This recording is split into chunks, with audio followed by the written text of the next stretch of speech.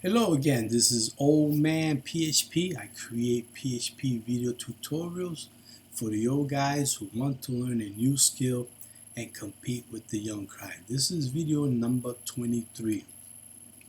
This video is going to be a short one. Remember on my last video, I forgot to mention that the U, capital U is for, well, let me give you an example before I say more. So let's say, as you can remember, this was what this was. This is my variable get date. Remember? And then I kind of said date, parentheses, because we're calling it date. And then within that, parameters would be a capital U. Remember, I failed to explain what that U stand for. So if I say echo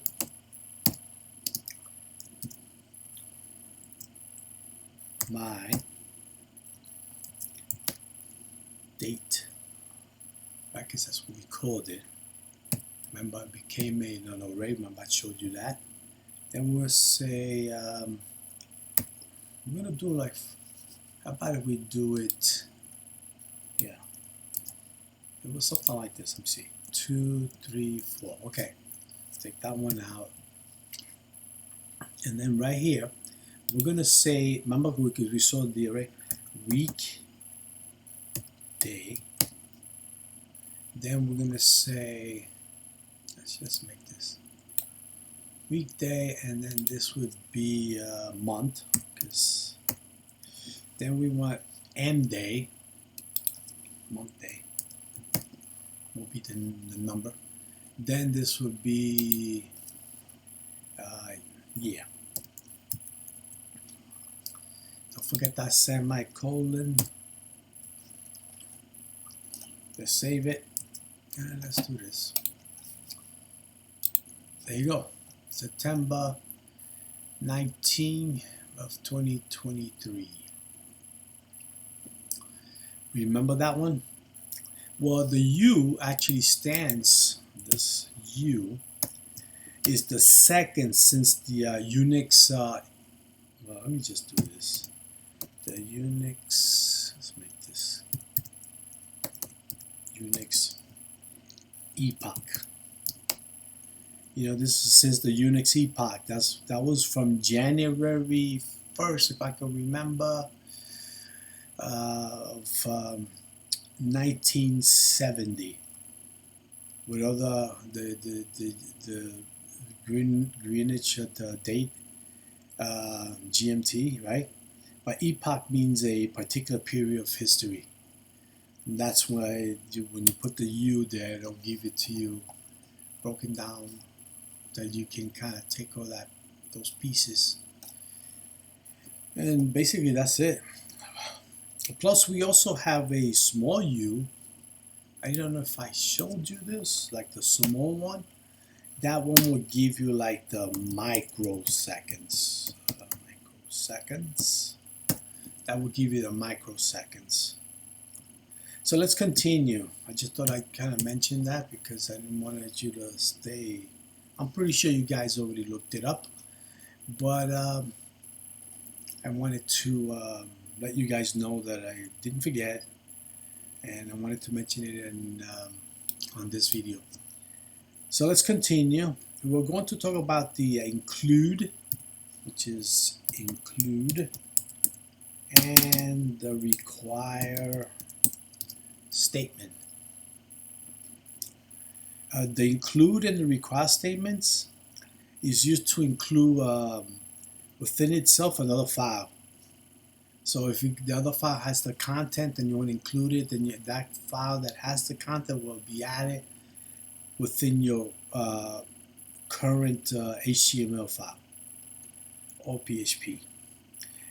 It just includes text. You know, it could be regular text, could be text, could be HTML, it could even be another PHP script.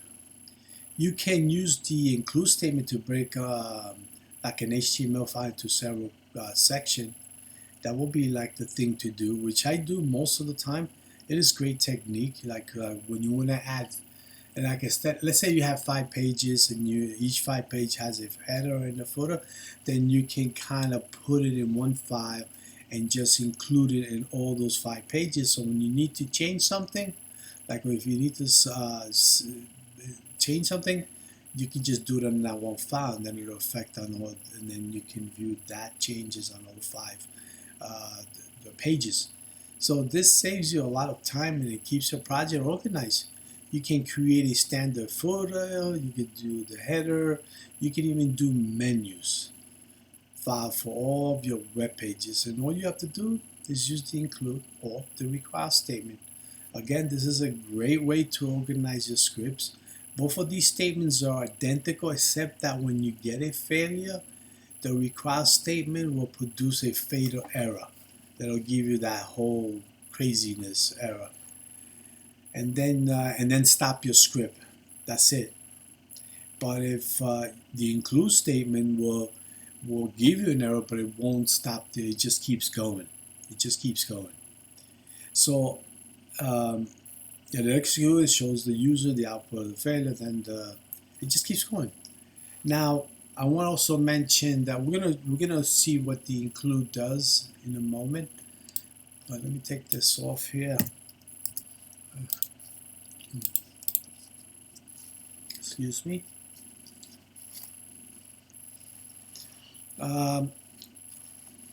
We'll talk about frameworks.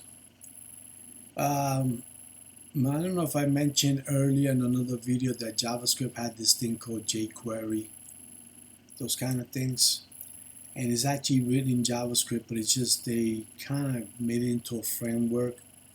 Like if you mention a command in jQuery, that will do like it'll read a function that will do multiple things. Normally in a JavaScript you will have to write. So if you had a framework of one function and it has 10 lines, all you needed was just to call that framework, that one. But if you had to do it in your regular JavaScript, then you will have to type out those 10 lines on your own. So a lot of the frameworks in the CMS or a complex PHP application always use the require statement to include a text file, because they want that error to stop executing. So usually, a lot of times it just uses that. Now a PHP framework is built on an open source, and there's often a lot of the built-in features to improve your software development life cycles. Like to name a few, you have like Laravel, which is one on Symfony. There's one called Kate P. Let me write that down. There's Laravel. Then you have Symfony. Then you have something called Cake PHP. Then you have something called Code Igniter. Igniter, like that. Most of the people use this one, Laravel. I don't use it. I never had to use it. It's one of those things, you know. I mean, it's good that I'm giving it to you, this information, so that way one day you say, hey, listen, I'm going to go try it out. I'm going to go look into it. And who knows, maybe I will come up with a whole course on Laravel. Okay? But I don't really need it. I mean, I don't really use it. I mean, and I have done some really complicated complicated scripts. I mean, major. I mean, I worked on a project. I worked on several projects, but this particular one took me like a good 2.5 years, and it had thousands of lines, man, thousands. So, you know, maybe the Laravel, the framework would have helped me out a little bit, but I don't know. I'm not gonna. I don't use it, but who knows? I will probably come up with a course to explain those frameworks. at least Laravel. Now this is how it is done when you want to add like the include statement within your HTML file. So if you got this is your HTML file. We're gonna do it over here. Now listen, I created a file called, let me write this down here anyway. Let me see, we could do include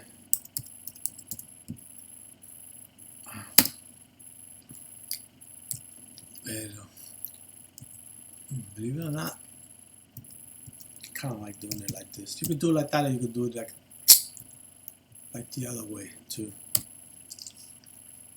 So I include here form.php. So the form.php, let me see. Let's run it. See, gave me a form because I asked for that form.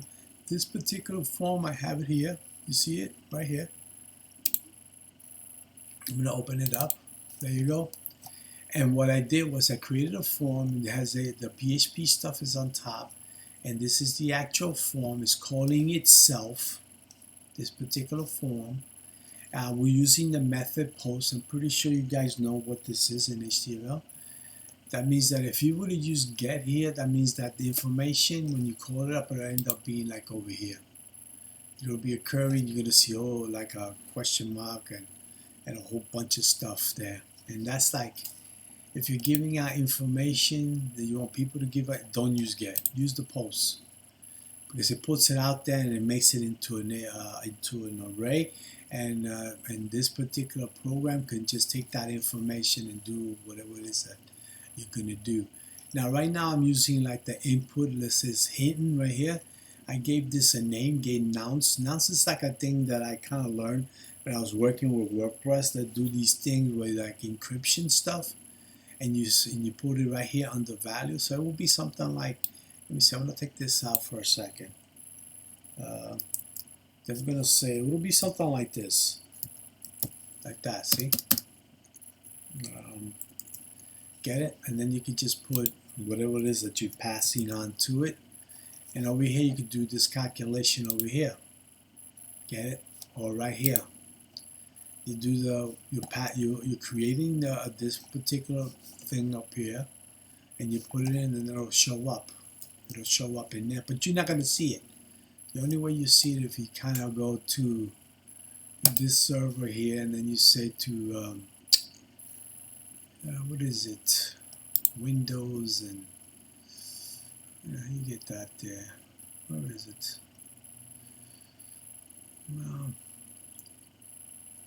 Why did I close my stuff? I don't understand. I should have had this thing ready. Well, doesn't matter because we're dealing with this, and one day I'll show you how you can get into the source code. It should have been there. It's not there. Anyway, that's what you're going to be using. So right now I'm just using this. Doesn't really matter. And then you have your to submit button. The other one is upload. The other one is submit. Now, as you can see, the form. This is not an HTML course, but I'm going to give you a little bit. See where it says encryption, multi-pass / form data. That's what this is. So one day when you go like this, see, you get your thing and you go like, you pick a file and then you say open. It'll open it up. You'll see it over here. I mean, it's not going to do anything with it. I mean, I didn't do anything with it, to tell you the truth. Let me see. Let me see if I have a little, like a, I don't know, an image maybe, a small little image. Rows must, this one. Let's say you open this, right? Boom, see how it shows up right here? So when you're ready to submit it or upload, you're going to use the upload. The upload is going to run here, but I'm not doing anything really, nothing to it. But right now, I just want to hit the submit button. This thing doesn't matter that you have it here because I'm not doing anything with it. If I hit upload right here, I would have to put all kinds of stuff. Like it would say, hey, if you did the is this set upload, then of course you're going to do a whole bunch of stuff to get that file that you uploaded from the temporary directory into maybe a database or whatever. All right, so it doesn't matter. So right now I got this form, right? So this PHP file is including that particular form, as you can see. If I submit it, let me see.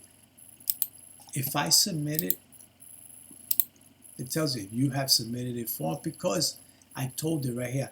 See, I did some kind of like a validation thing.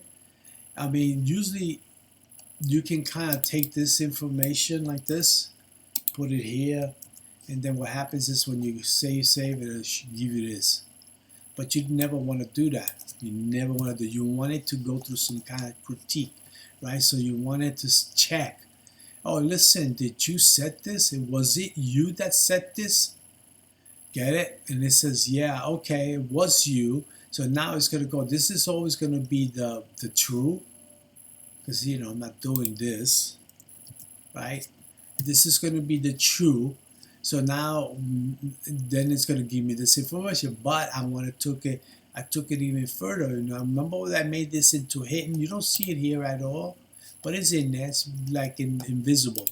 So what happened is this value, this name right here, the get nouns name, will end up being here. See now, remember I told you that when you submit this stuff, it becomes an array, and you can read that array. So what happens is you could just this will read this, of course. So now it's going to say, hey, array, inside that array is this key exists, this particular name, get nouns form. See? And if it is, then you're going to say, and it is post, right? Because you did use post. This is how you do it. This is the actual name. This is the actual form type method, I should say.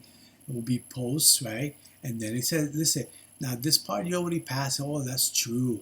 Then this one you go like, oh, that is true. And you get this. Otherwise, you will have to kind of put an else, or even an else here too. You will have to get an else here and say, sorry, man, you didn't submit this form, and then it'll give you back this form all over again. Okay? It won't let you do whatever it is that you tried to do here. This is just a simple thing. You understand now? That's how that works. Huh. I know it's a little winded there for a second. So you can do that. You can do menus. You can do whatever you want to, right? You can even use, let's take this out of the situation. You can even use something called once, like this. And see, every time you read this, it's gonna, before it says include, it's gonna always include it. But since you already included that first time, and we're gonna call it again, you can always say once.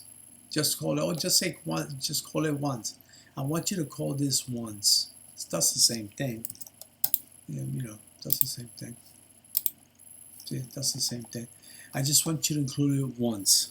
That's it. The require is the same idea, right? You're gonna say, let me fix this. It's gonna be required. You're gonna see this throughout the thing from now on, okay? Require once, and that's it. Require once. You can give me an error. If that error shows up, I'm gonna stop it, and that's it. That's why a lot of the frameworks use require instead of include. See? So you have your include once, you have your require once statement. It does the same thing again, right? Except that only the include is a file just does it once. That's all. It includes a file just once. Well, we reached the end of the video. I wanted to show you this now because we're going to be doing a lot of this, and I want to explain because I want to keep going. Now, we reached the end, and if you enjoyed this video and you learned about the include and the require, please hit the like button and subscribe to my channel. This will help grow my channel, and the next video I will talk more about the advanced PHP CURLs function. It's fantastic stuff. All right, until next time, good night.